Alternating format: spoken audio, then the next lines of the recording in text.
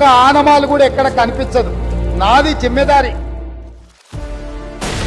అలలు భూమిని కబలించడానికి అంగలు వేస్తున్నాయి. సాయంత్రపు సూర్యుడు అస్తమించడానికి సమాయత్తమవుతున్నాడు.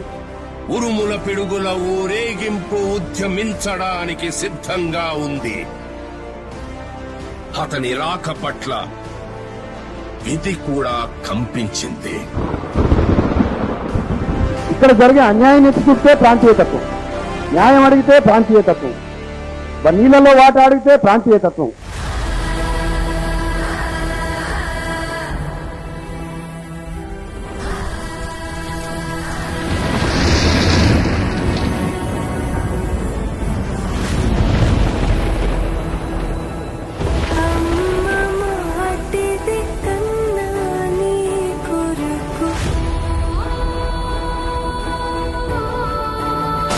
ఆ టైంలో కూడా కేసీఆర్ మాకు ఇచ్చింది. పంపించిన బియ్యం, రేషన్, గుడ్లు, తరకారీ అన్ని కూడా మాకు కేసీఆర్ పంపించాడు.